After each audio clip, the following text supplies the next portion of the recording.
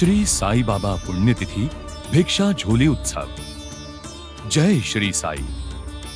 क्या आपको पता है, जो कुछ भी हम अर्पण करते हैं वह अंततः उसी प्रभु का ही अंश होता है, और जब यह अर्पण श्री साई चरणों में होता है तो वह भिक्षा नहीं भक्ति बन जाती है।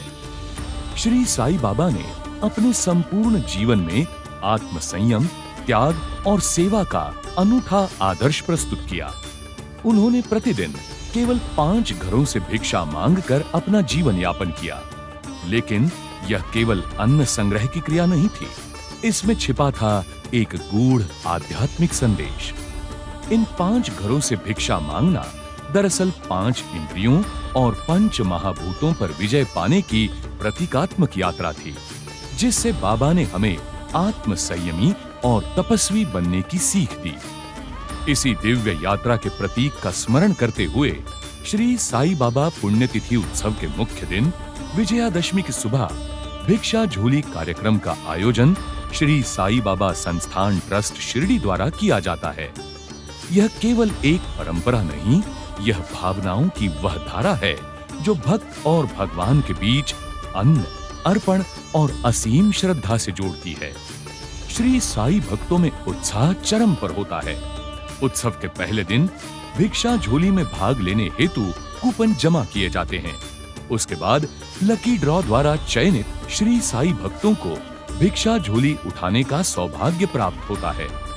इन सौभाग्यशाली श्री साई भक्तों के साथ संस्थान समिति के सदस्य, शिरडी ग्रामवासी और दूर दराज से आए देश विदेश के श्रद्धालु भिक्षा झोली हाथों में लेकर शिरडी गांव की गलियों में फेरी लगाते हैं।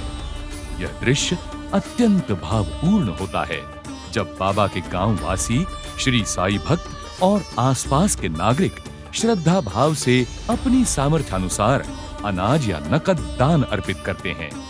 हर अर्पणकर्ता को भिक्षा झोली से मुट्ठी भर अनाज प्रसाद स्वरूप भेंट किया जाता है, जो साक्षात बाबा का आशीर्वाद होता है। कार्यक्रम की पूर्णता पर एकत्रित हुआ समस्त अनाज और धनराशि संस्थान के वाहन द्वारा भंडार विभाग में पहुंचाया जाता है। वहां लेखा विभाग की उपस्थिति में उसकी विधिवत गिनती और रसीद की जाती है।